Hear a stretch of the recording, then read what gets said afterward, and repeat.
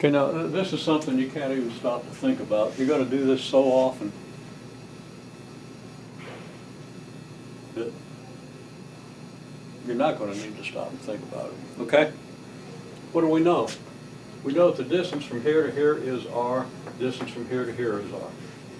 Okay? And we know that the distance from here to here is x star.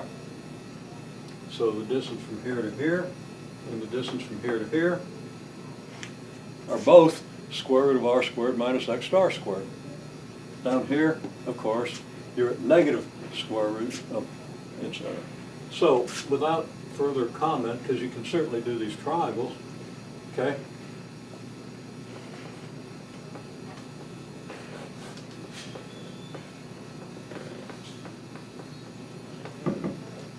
Y equals square root of r squared minus x star squared, and up here y equals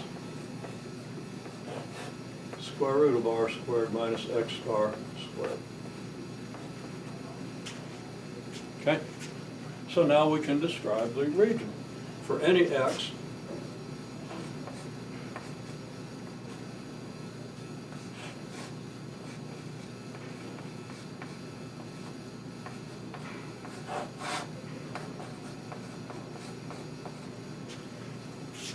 y goes from here to here.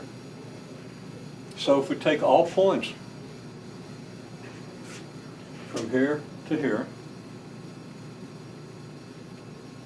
for any point, we have the line segment from here to here, right? That's what this is saying. And if we just march across here from here to here, then these segments here will sweep out the entire circle. Does that make sense? Okay? And that's essential. Now we'll see how that works in when we actually partition these intervals, okay? In polar coordinates, it's very simple. Okay, we did r first, okay? So we have some sample r star.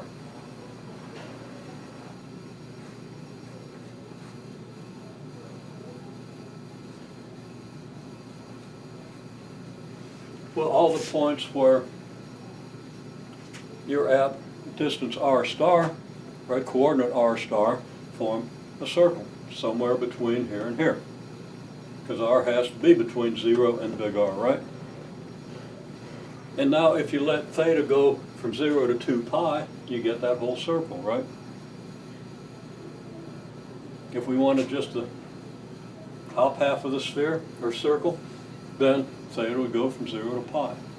If we want a sector between two values of theta, theta just goes between those values, okay? Then, as r goes from 0 to big R, we get all these little circles, okay? And as we expand out, those circles will include every point in the region. And we'll also include every point in the region exactly once, for just exactly one value of r and one value of theta. That's also important, and we'll deal with that when it becomes relevant. Okay? Make sense? That's what we mean by describe a region in inequalities, and we did several examples of that. Review the videos. You probably need to look at them again, because you probably don't remember much about them. Okay? If you haven't looked at them at all, well, again. And you might have missed that class. I mean, there was one, you haven't missed many classes, but that's the only one I can think of, but I think that might have been the one, so.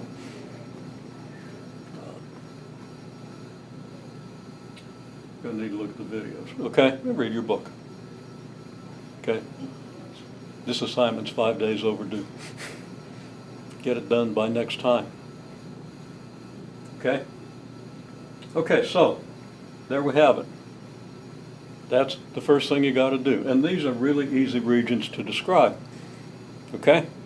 Now once you get used to it, any region is usually fairly easy to describe. Okay?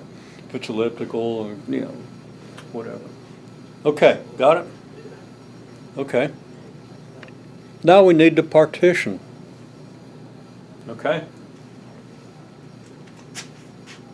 And let's partition the polar coordinates.